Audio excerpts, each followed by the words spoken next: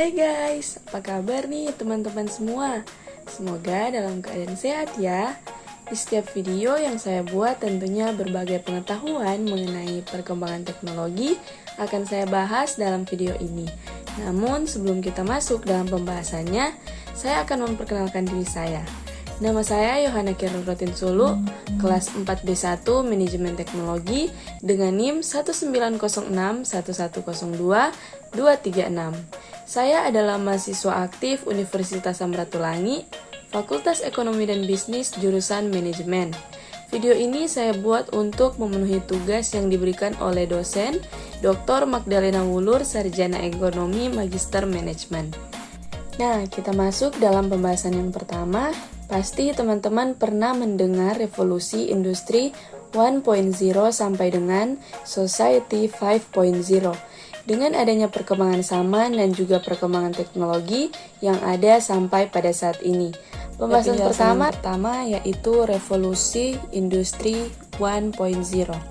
Revolusi industri 1.0 merupakan sebuah revolusi di bidang industri yang pertama kali terjadi tepatnya pada abad ke-18 pada periode tahun 1750 hingga tahun 1850. Revolusi ini ditandai dengan adanya penemuan mesin uap yang digunakan dalam proses produksi sebuah barang. Revolusi industri 1.0 ini pertama kali muncul di Britania Raya yang pada akhirnya tersebar ke seluruh negara yang ada di daerah Eropa Barat, Amerika Utara, Jepang, dan pada akhirnya ke berbagai negara yang ada di seluruh dunia. Dan dengan adanya revolusi tersebut, segala proses produksi yang ada menjadi lebih efisien, mudah, dan juga murah. Yang kedua, revolusi industri 2.0. Kemunculan revolusi industri 2.0 terjadi pada awal abad ke-20 yang dikenal dengan revolusi teknologi. Revolusi industri ini terjadi ditandai dengan adanya penemuan tenaga listrik yang membantu mesin uap yang tadinya sering digunakan dalam proses produksi, semakin lama digantikan dengan adanya tenaga listrik tersebut. Revolusi tersebut menyebabkan proses produksi yang ada menjadi berubah secara keseluruhan. Dengan adanya hal tersebut, proses produksi mobil tidak lagi memerlukan banyak tenaga kerja untuk merakit dari awal hingga akhir. Namun karena adanya bantuan kemajuan teknologi tersebut, sebuah proses produksi transportasi mobil hanya membutuhkan praktik mobil untuk menjadi spesialis yang masing-masing mengurus satu bagian saja. Selanjutnya, revolusi industri 3.0. Kemunculan industri 3.0 yang terjadi pada akhir abad ke-20 ditandai dengan adanya teknologi digital serta internet. Berdasarkan sosiologi Inggris yaitu David Harvey yang mengemukakan cara pandangnya mengenai revolusi industri yang terjadi di masa ini sebagai sebuah proses pementapan ruang dan waktu yang semakin terkompresi. Puncak revolusi industri 3.0 ini sendiri ditandai dengan adanya revolusi digital. Kita masuk pada revolusi industri 4.0. Revolusi industri 4.0 yang terjadi pada awal abad ke-21 merupakan sebuah revolusi di mana manusia telah menemukan pola baru dengan adanya kemajuan teknologi yang terjadi begitu cepat sehingga mengancam berbagai perusahaan yang lebih konvensional. Berdasarkan pengalaman terdahulu, perkembangan industri yang ada sendiri telah memakan banyak korban yang membuat kemunduran berbagai sektor.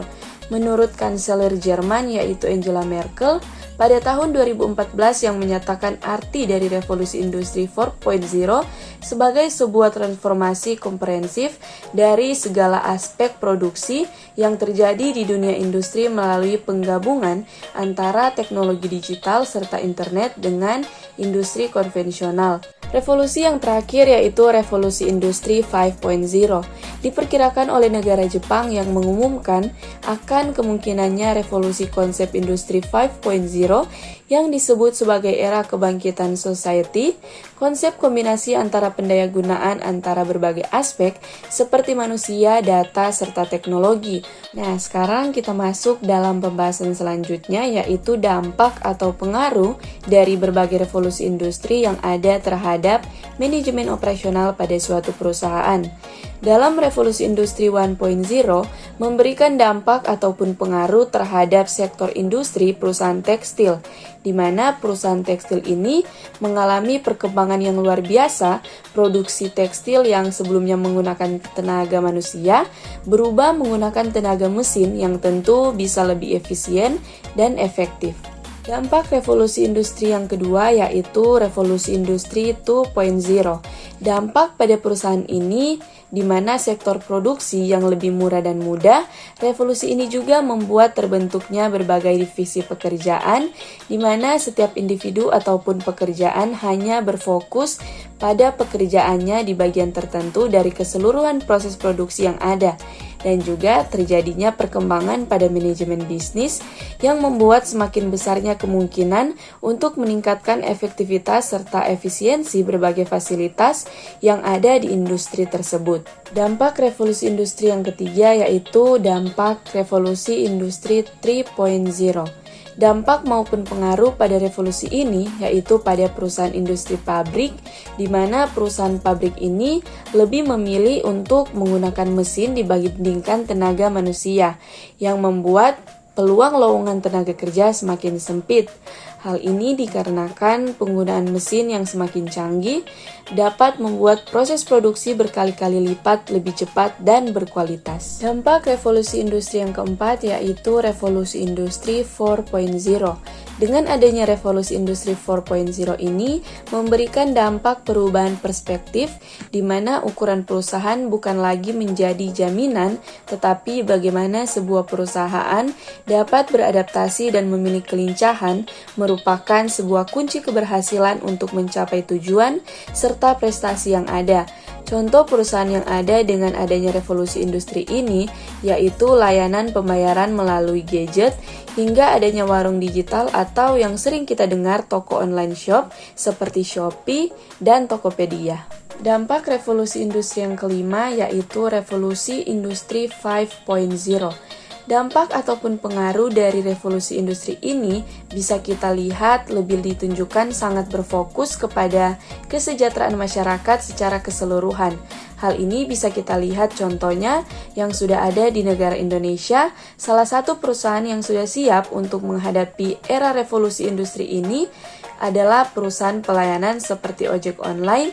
Misalnya ada aplikasi ojek online yaitu Grab, Gojek, Maxim. Demikian video ini saya buat, kiranya bisa membantu dan bisa bermanfaat bagi teman-teman sekalian untuk menambah wawasan dan pengetahuan tentang perkembangan teknologi-teknologi yang ada. Sekian dan terima kasih.